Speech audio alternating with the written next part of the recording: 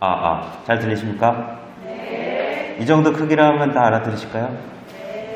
아까 이 정도. 네. 못 오신 분들도 있다고 해서 이게 녹음하는 장치가 여기 하나 껴져 있는데요. 태어나서 처음입니다. 또 본당 신부님도 함께하고 계시고, 그래서 견진 교리 강의를 이렇게 부탁을 받고, 제가 괜히 저희 얼굴이 심란하게 괜찮을까요? 네. 요즘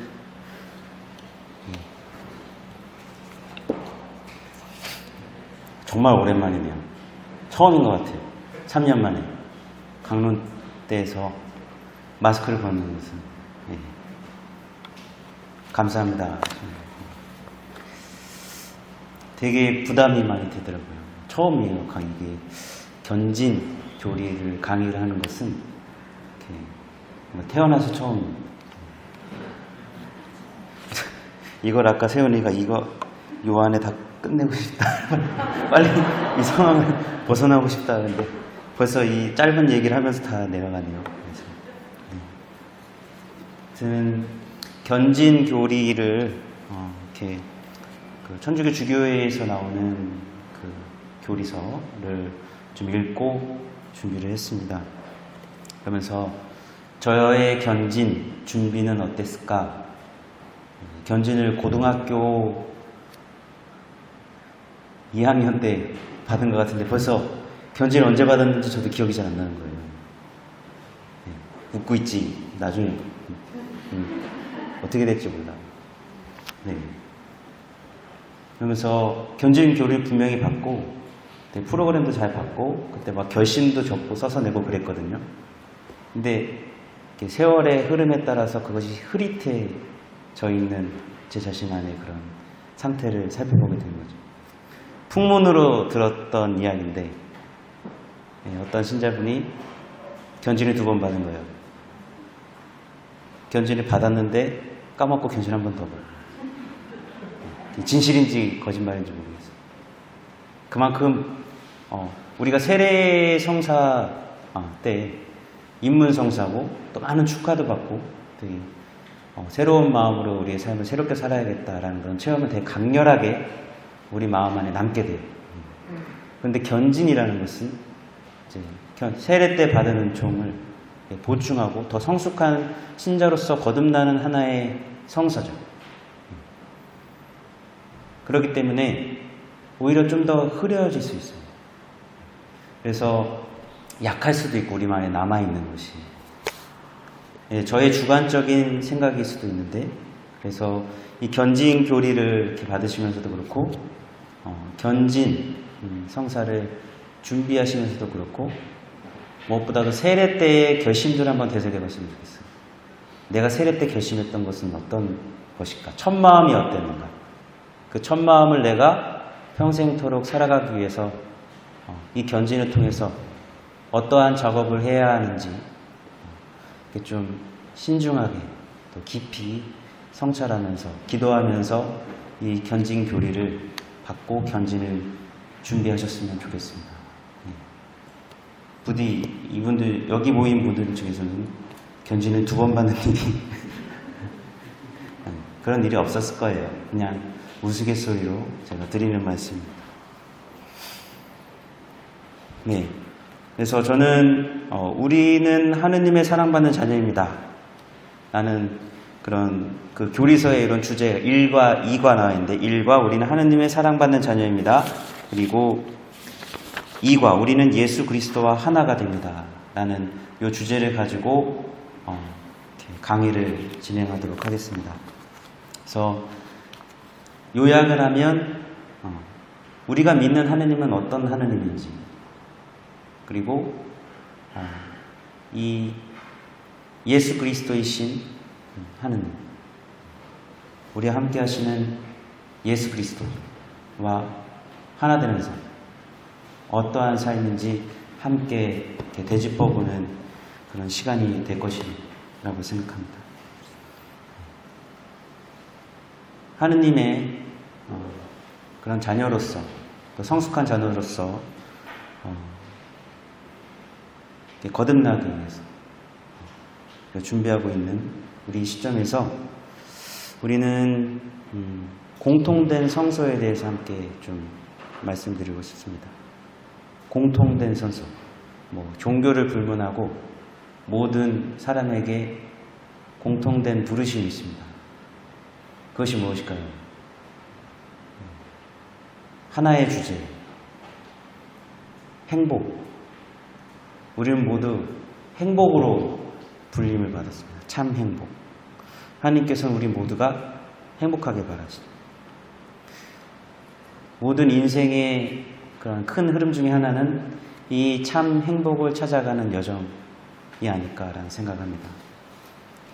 참 행복으로의 부르심. 이 참 행복을 찾아가는 여정에서 하느님의 자녀로 다시 태어나는 세례를 통해서 우리는 단순한 행복을 뛰어넘는 참 생명을 얻어 누리는 구원으로의 여정에 우리 모두 불리움을 받게 됐습니다.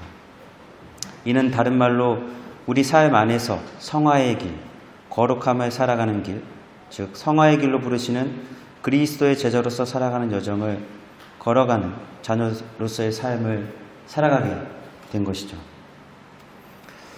지금 우리는 견진성사라는 은혜로운 순간을 맞이하기 위해서 세례성사를 통해 새로운 은총의 삶을 살게 된 이후부터 지금까지 걸어온 신앙의 여정을 되돌아보면서 견진성사를 준비하는 시점에 서 있습니다. 위에서 언급한 참 행복, 참 생명, 거룩함을 살아가는 그리스도인으로서 걸어온 여정을 되돌아보는 것, 세례를 통해서 받은 은총과 성령을 받은 성령의 성전으로서 어떠한 하느님을 믿고 또 어떠한 큰 목표를 가지고 살아가야 하는지를 복습하는 것은 성숙한 하느님의 자녀가 되게 하고 교회의 완전한 구성원이 되게 하는 견진을 준비하는 데 매우 중요한 과정이라고 할 수 있겠습니다. 이 강의를 통해서 우리는 우리가 믿는 하느님은 어떤 분이고 이 하느님을 믿는 우리는 어떠한 삶을 살아가야 하는지 함께 풀어가도록 하겠습니다. 이는 매우 중요한 주제라고 할 수 있겠습니다. 왜냐하면 우리는 우리가 믿는 하느님을 닮아가기 때문이죠. 하느님은 어떤 분이신가? 라는 것을 질문을 던졌을 때 우리는 구약과 신약의 하느님을 좀 살펴봅니다. 구약의 하느님은 이렇게 많이 펼쳐져 있는 그런 느낌이에요. 그리고 좀 거리감이 있는 그런 느낌입니다. 구약의 하느님은 여러 이미지가 뒤섞여 있습니다.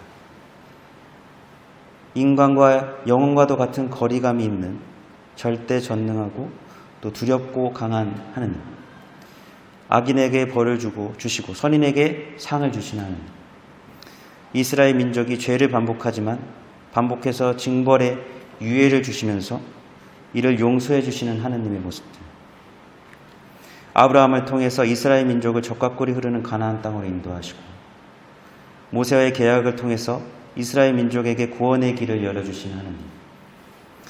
또 예언자들을 통해서 이스라엘의 왕과 백성을 꾸짖으시고 구원의 길로 이끌어주신 하느님의 모습 등 되게 여러 가지 모습들을 이렇게 보게 됩니다. 거룩하고 또 두렵기도 하고 어쩔 땐 엄청 따뜻하게 구원해 주시고 용서해 주고 다시 기회를 주는 하느님. 그런 여러 가지 모습들을 구약을 통해서 우리가 살펴보게 됩니다. 이러한 하느님의 모습이 전달되는 과정에 좀 공통점이 있습니다. 그것은 성주 아브라함과 모세와 예언자를 통해서 그리고 대사제들을 통해서 이스라엘 민족은 하느님과 소통해왔다는 사실을 알게 됩니다. 뭔가 중간에 성조들이 있었고 예언자들이 있었고 또 대사제들이 있었고 그들을 통해서 이스라엘 민족이 하느님과 소통해왔던 것이죠.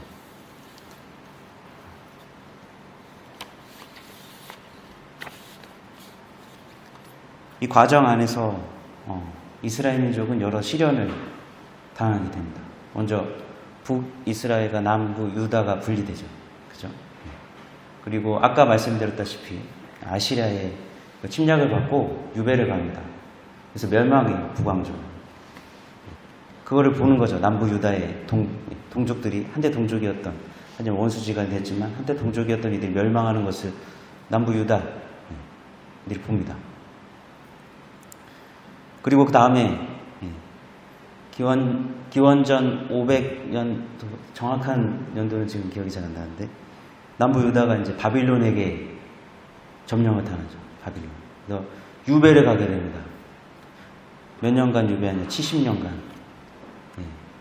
유배를 당하게 되는 것이죠. 남부 유다에. 그 과정 안에서 이스라엘 민족, 유다인들은 계속 되새기게 되는 거예요. 왜 우리가 이렇게 되었을까? 왜 이렇게 되었을까? 왜 우리가 이렇게 모진 고생을 하게 되었는가?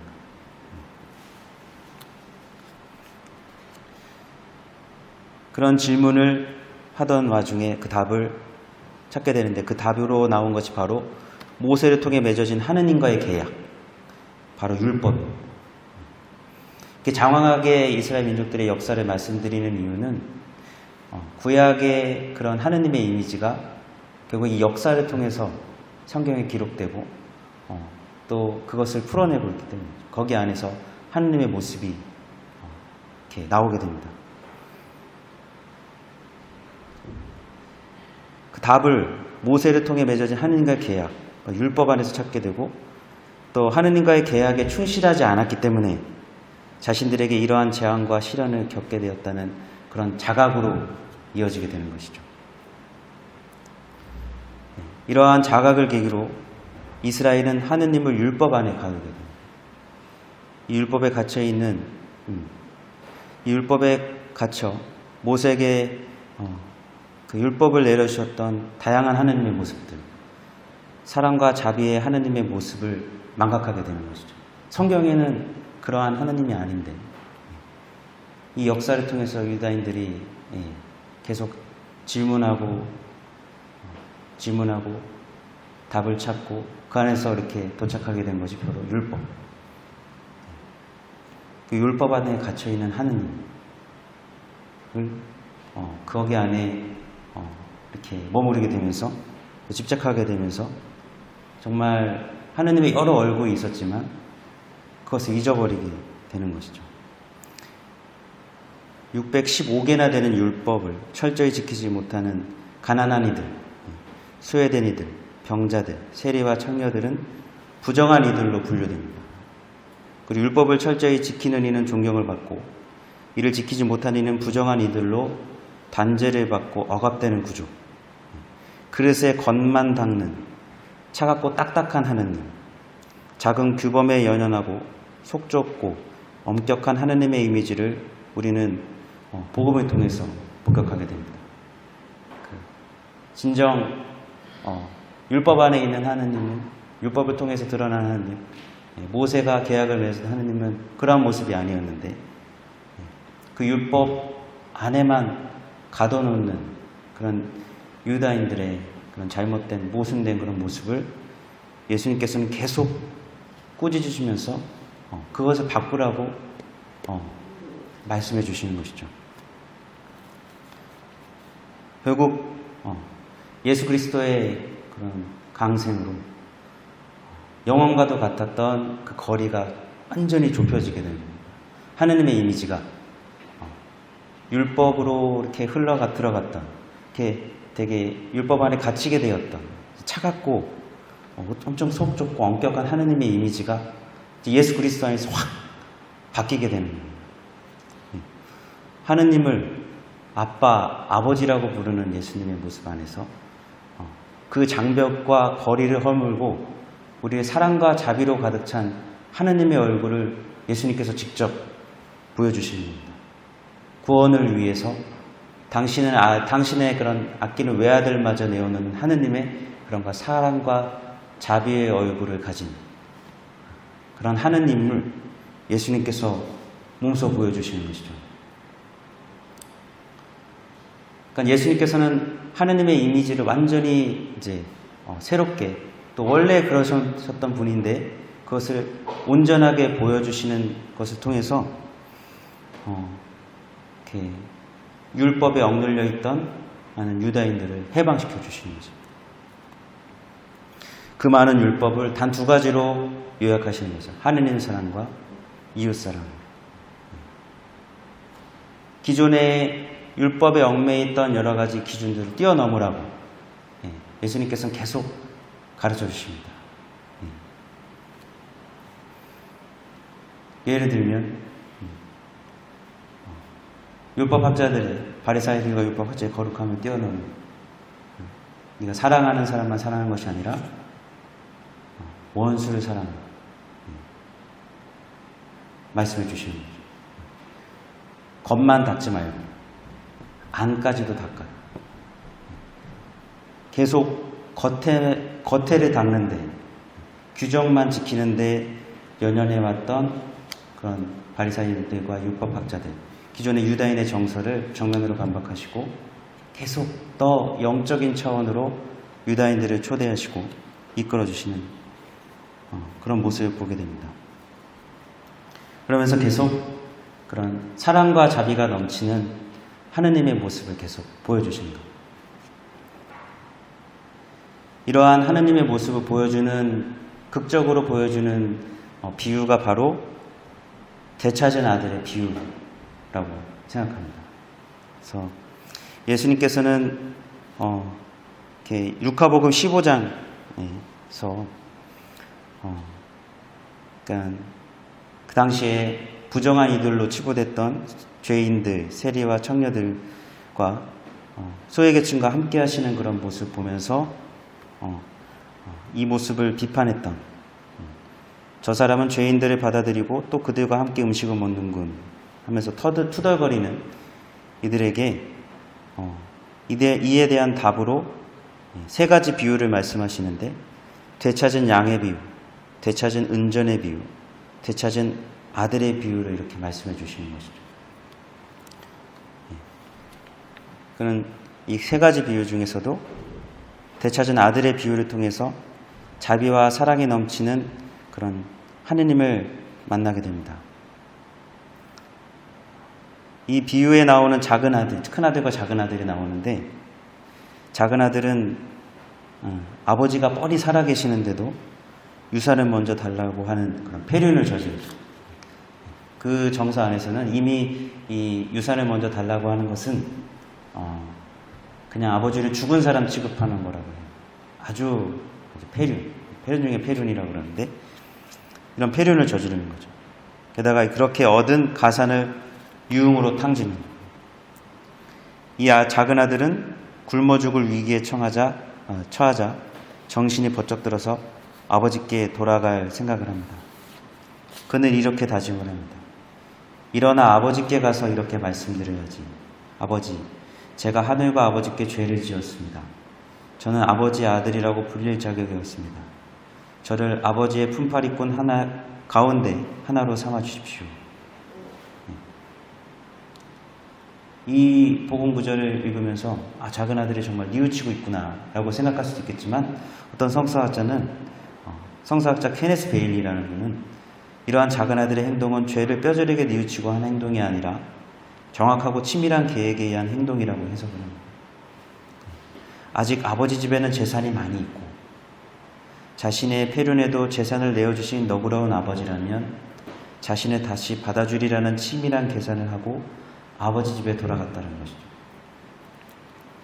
하지만 아버지는 멀리 떨어져 거짓골로 돌아오고 있는 작은 아들에게 버선발로 달려갑니다.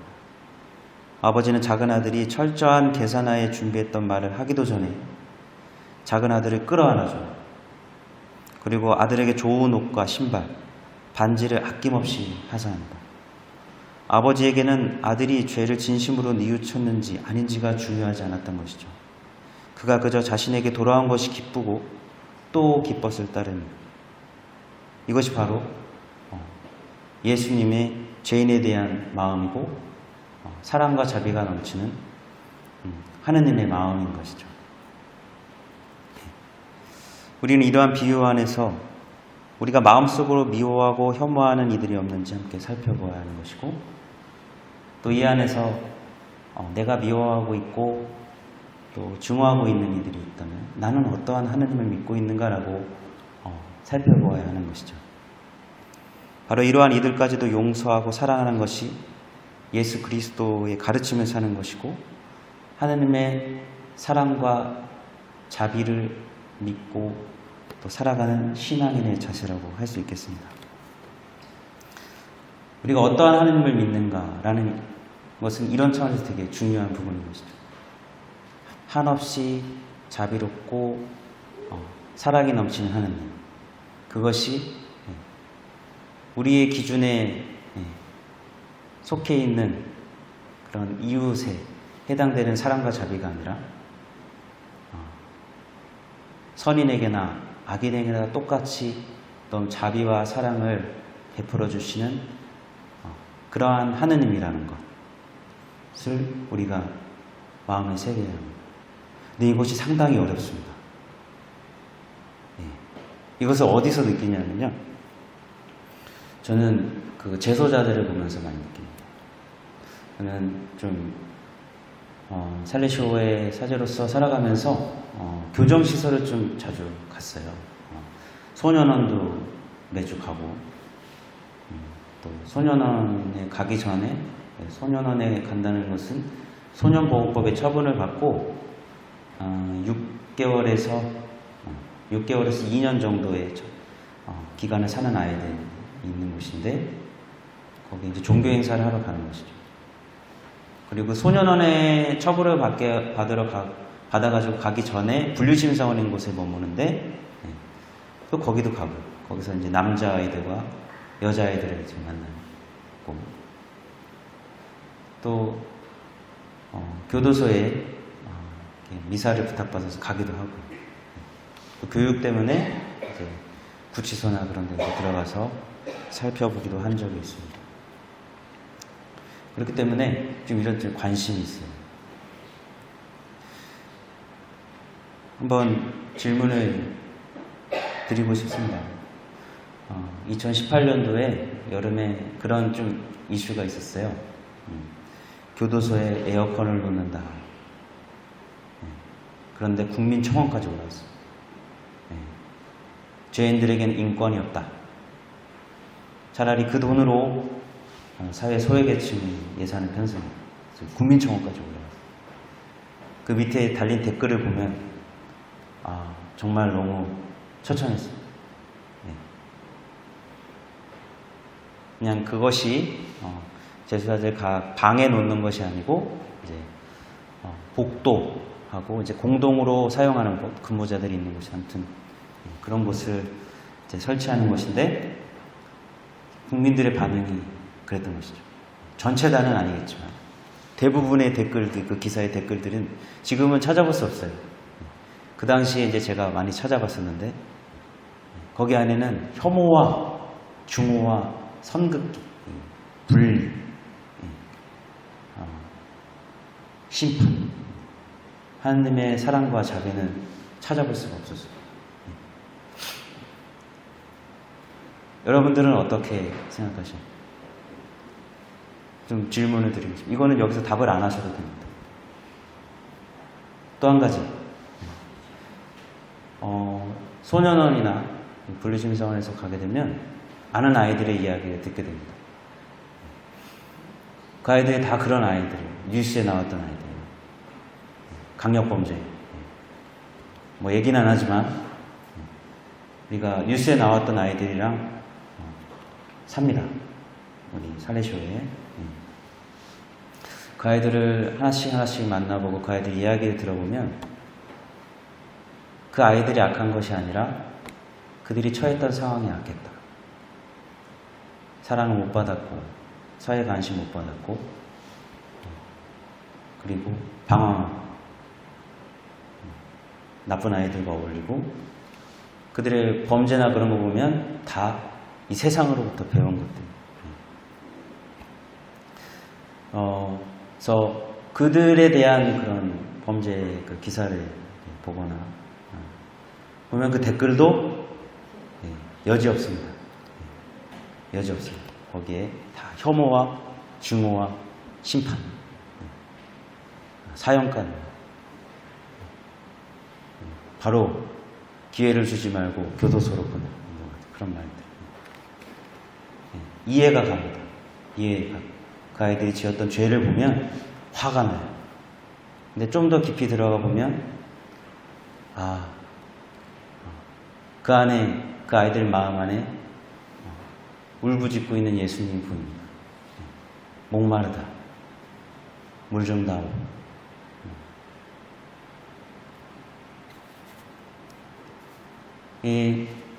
이러한 사회의 일부분 그런 반응들을 보면서 아직 국민의 의식이 여기까지 오지 않았구나 라는 것들을 좀 느끼게 되고, 또 한편으로는 이해도 가면서 또 신앙의 차원에서도 하나의 그런 과제를 던져주는 부분이라고 생각해요. 우리는 이러한 이들을 어떻게 생각하고 있는가. 예수님께는 십자가에 못 박히셨을 때 좌우에 죄인들이 있었죠. 그들과도 함께 하셨고, 뉘우치는 그런 죄수들, 사형까지 십자가형을 받은 극악무도한 죄인까지도 용서해 주시고, 너는 나와 함께 낙원에 들 것이다 라고 하면서 함께 데려가셨어요. 그죠? 하느님의 사랑과 자비가 넘치는 하느님을 믿는다는 것, 그것은 이러한 부분을 다 포함하고 있는 겁니다. 사랑하기 힘든, 내가 그냥 접했을 때 힘든데 이거 손가락질 쉽게 할 수 있고, 그리고 무의식적으로 증오할 수 있고 미워할 수 있는 이들까지도 어떻게 보면 한 발짝 물러서서 또 깊이 들여다보고 그들에 대한 그런 따뜻한 마음을 가질 수 있는 것, 지금 세상의 흐름과 달리 그들을 위해서 내가 더 마음을 써주고 따뜻한 마음을 가질 수 있는 것, 그것이 우리 그리스도인으로서 가져야 할 그런 마음의 그런 좀 자세라고 생각해요. 그런 차원에서 한 동영상을 준비를 했는데, 이 동영상 2개를 줄 때 되게 짧거든요. 한번 보시면서 좀 생각해 보셨으면 좋겠습니다.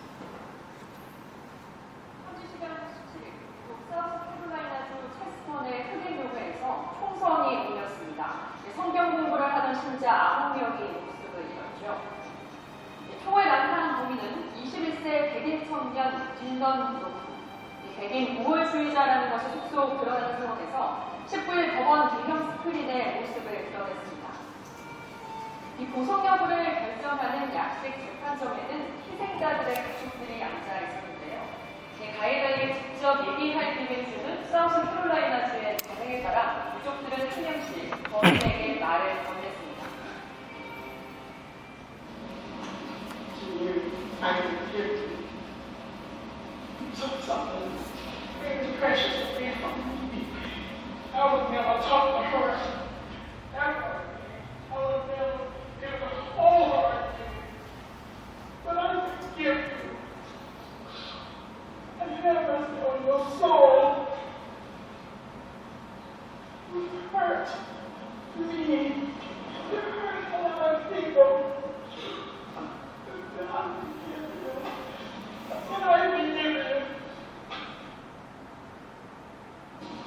You have killed some of the most beautiful people that I know. Every fiber in my body hurts. And I'll never be the same. But as we say in the Bible study, we enjoy you, but may God have mercy on you. 네, 들으신 대로 이 소중한 사람을 앗아간 이에게 증오의 말이 아니라 용서한다고 했습니다. 이 위대한 용서는 증오를 끌어안았고 이에 범인도 그칠 놀라는 모습이었습니다. 용서의 말에 감동을 받은 건 오바마 대통령도 마찬가지였습니다. 자신의 트위터에 끔찍한 비극 한가운데에서도 품위와 선량함이 빛난다고 올리기도 했습니다. 어제 북한현장의 찰스 이메뉴엘 교회에서는 비극적 사건 이후 첫 예배가 열렸습니다. 다음 동영상으로 넘겨주실래요? 거의 비슷한 주제의 동영상, 다른 주제. 며칠 전 미국 댈러스에서는 화재의 표결이 있었는데요. 자기 집인 줄 착각하고 들어가 흑인 이웃 주민에게 총을 쐈던 백인 경찰관이 유죄 판결을 받았다는 소식이었는데 재판장에서 연출된 뜻밖의 장면에 또 한 번 미국 사회에 관심이 모였습니다. 어떤 일이 있었는지 최동영 특파원이 전해드립니다. 이웃 주민을 모임 사살한 전직 경찰관 앰버 가이거에게 법원이 형을 선고합니다. and assessed the defendant's punishment at 10 years imprisonment in the Texas Department of Criminal Justice. 예상보다 낮은 형량 선고에 법정 밖에 시민들은 야유를 쏟아냈습니다.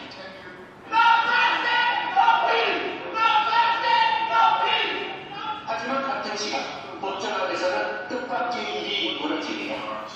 희생자 포탄 진의 동생 브랭트 진이 당신을 용서하겠다며 입을 연 겁니다. I can speak for myself. I forgive you. And I know if you go to God and ask Him, He will forgive you. 이어 판사에게 아이들을 포옹해도 괜찮겠냐며 묻습니다. I don't know if this is possible, but can I give her a hug, please? Please? Yes. 그렇게 두 사람은 재무실 앞에서 한참을 포옹하며 대화를 나누고 그냥 나이름의 흐름팀이 걱정을 가득 채웠습니다. That's the spirit in which I think we want to move forward. For the spirit of forgiveness, faith, and trust. 아직 10대에 불과한 피해자 동생이 보여준 용서의 포옹에 지역사회는 감동과 찬사의 메시지를 보내고 있습니다. 로스앤젤레스에서 KBS 뉴스 최동현입니다. 네. 교회에서 동영상을 이렇게 검색하고 살펴보면서 나의 그런 사랑은 어디까지 와 있는가라는 걸 저도 스스로 되돌아보게 되고, 내가 저 피해자였다면, 유족이었다면 저렇게 할 수 있었을까? 우리 견진교리 듣고 있는 모든 신자분들도 한번 생각해 보셨으면 좋겠어요. 되게 눈물을 흘리면서 아픈 마음을 부여잡으면서 어떻게든 용서라는 단어를 입에 담고 포옹하고 그 하느님의 사랑이신 하느님의 가르침을 실천하려고 하는 이 모습을 살펴보면서 우리가 어떠한 신앙을 가져야 하고 어떠한 하느님을 믿고 어떻게 살아야 하는지를 좀 생각하게 됩니다.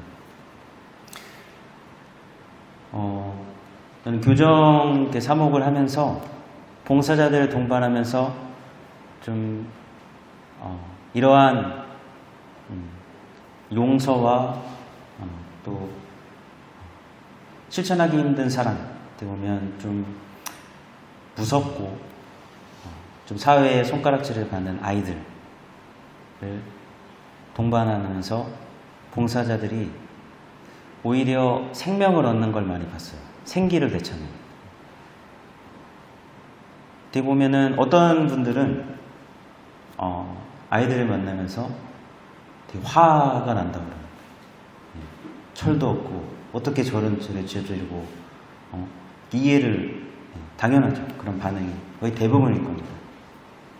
근데 봉사자들이 아이들을 만나면서 여러 체험을 하는 것이죠. 봉사자 중에서는 20년 넘게 아이들을 만나온 분도 계시고 10년, 적게는 5년 그렇게 봉사를 이어오는 분들이 있는데, 그분들이 오히려 이 봉사를 하면서 여러 가지 체험들을 하고 생명을 얻는 것. 어떤 봉사자는 힘이 없어요. 여러 가지로 힘들고, 심적으로 힘들고, 또 그 안에서 자기가 뭔가 새로운 체험을 통해서 다시금 쇄신하기 위해서 이제 봉사 시작한 분도 있었는데, 아이들을 만나면서 또 세상으로부터 소외된 애들, 갇혀있는 아이들, 또 어떻게 보면 좀 사회로부터 손가락질 받고 또 대학이 어려운 아이들이지만 그 아이 안에 있는 그런 목말라야 하는, 굶주려 있는 그 예수님의 모습입니다. 그것을 만나게 되는 거죠. 그 안에서, 아이들의 모습 안에서 예수님을 만나게 됩니다. 자기의 죄를 뉘우치고 다시금 새 삶을 살고 싶어하는 아이들의 모습들, 그리고 열심히 세례를 준비해서 세례를 받는 아이들의 모습들, 그 아이들이 그렇게 되는 변화의 과정 안에 자신의 그런 사랑과 관심과 자비가 적용했다는 체험, 다른 사람이 하지 못하는 그런 사랑을 실천했다는 뿌듯함. 어떻게 보면 세상이 인간적으로 할 수 있는 그런 사랑이 아니라 신적인 사랑을 어느 정도 맛보음으로써, 자기가 베품으로써 그 안에서 세상이 주는 그런 행복을 맛보게 되는 것이죠. 그러면서 그런 얘기를 하는 거예요. 여기 왔을 땐 처음에 너무 힘들고 자기가 되게 힘이 없었는데 오히려 여기 안에서 많은 위로를 받고 많은 체험을 하게 되었다. 아이들이 너무 예뻐 보이고 아이들이 너무 사랑스럽다.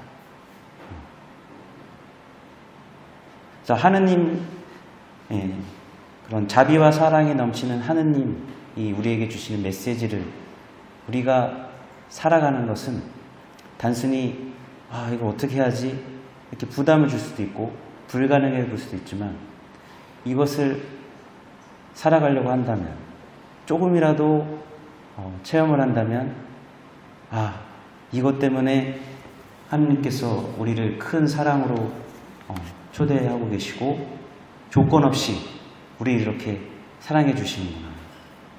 당신도 기쁘고 너무 기쁘고 행복하시고, 신적인 사랑, 하느님의 사랑과 자비, 바로 이런 것이 아닌가 싶습니다. 그리고 이러한 사랑과 자비가 넘치는 하느님의 모습을 보여주신 분이 예수 그리스도이시고, 세례로 다시 태어난 우리는 이러한 예수 그리스도와 하나 되는 새로운 삶을 살아가게 되는 것이죠. 그러면 이러한 예수 그리스도와 하나 되는 삶은 어떤 삶을 의미하는 것일까? 그것은 자신을 버리고 십자가를 지고 예수님을 따르는 삶, 예수님께서 우리를 사랑하신 것처럼 서로를 사랑하는 삶, 그리고 예수님의 죽음과 부활의 파스카 신비를 살아가는 삶이라고 할 수 있겠습니다. 저는 이 세 가지 안에 그리스도교의 정수가 다 들어가 있다고 생각해요. 십자가만큼 명확한 표징이 없습니다. 그리고 예수님을 따라 사는 삶으로서, 새로운 계명으로서 내려주신 사랑을 살아가는 삶, 우리의 삶 안에서 죽음과 부활의 파스카 신비를 체험하는 것, 이 세 가지가 바로 예수 그리스도와 하나 되는 삶인 것이죠. 이러한 삶을 살아가고 있는지 살펴보기 위해서 다음과 같은 질문을 던져볼 필요가 있습니다. 지금 질문이 여러 가지. 한번 천천히 읽을 테니까 한번 마음속으로 곱씹어 보십시오. 나는 고해성사를 통해서 베풀어지는 하느님의 사랑과 자비에 감사드리며 베풀어진 사랑만큼 우리 마음 안에, 우리 삶 안에 그 사랑을 점점 확대시켜 나가고 있는가?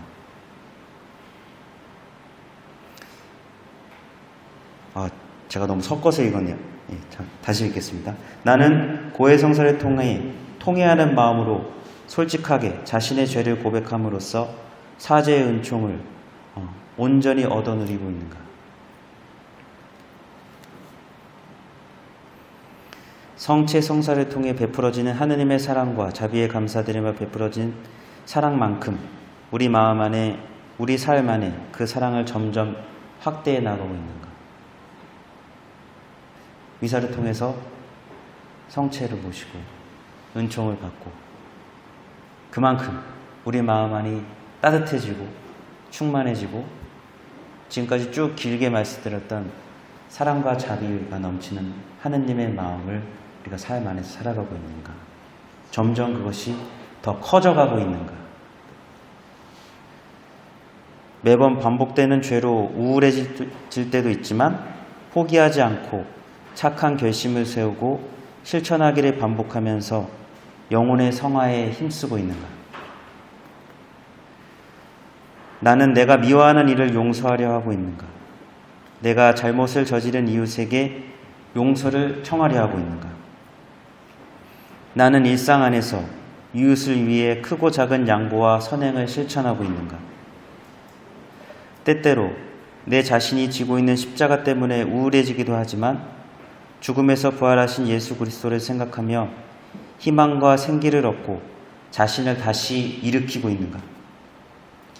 나는 여러 어려움에도 불구하고 내가 포기하지 않는다면 예수 그리스도 하나 되어 하느님께서 베풀어 주시는 은총에 힘입어 구원에 이를 수 있다는 믿음을 가지고 있는가? 내 자신 혹은 이웃의 굳어진 마음과 악습, 마음의 상처와 고치기 힘든 약점이 바뀔 수 있다고 믿는가? 나는 희망으로 살아가고 있는가? 라는 질문들. 중요한 질문인 거예요. 이건 단순히 견진을 준비하고 있는 우리 신자분들에게만 해당되는 질문이 아니라 저에게도 똑같이 해당되는 질문이고 항상 대묻고 있는 질문이기도 합니다. 위와 같은 질문을 각자 자신에게 하면서 예수 그리스도와 하나 되기 위해서 우리가 가져야 할 마음가짐과 구체적인 착한 결심을 세우게 될 거라고 저는 생각합니다. 우리에게 가장 중요한 것은 무한한 하나님의 사랑과 은총으로 이러한 하나님께 대한 우리의 믿음과 사랑으로 예수 그리스도와 일치를 이룰 수 있다는 희망을 갖는 것이라고 생각합니다. 우리 신앙 여정 안에서 이 불가능해 보일 때가 있어요. 이것이 해결될 수 있을까? 이 매듭들, 온갖 것이 다 뭉쳐있는 그런 단단한 매듭들이 있습니다. 그것이 분노일 수도 있고 상처일 수도 있고 또 실질적으로 삶 안에서 닥친 여러 가지 시련일 수도 있고 매번 우리가 걸려 넘어지는 죄일 수도 있습니다. 저는 그래서 항상 성찬의 전례 때 빵과 포도주가 실제 예수님의 살과 피로 변화되는 순간에 여러 가지 아이들의 얼굴을 떠올려요. 죄에 억눌려 있는 내가 만났던 아이들의 얼굴들,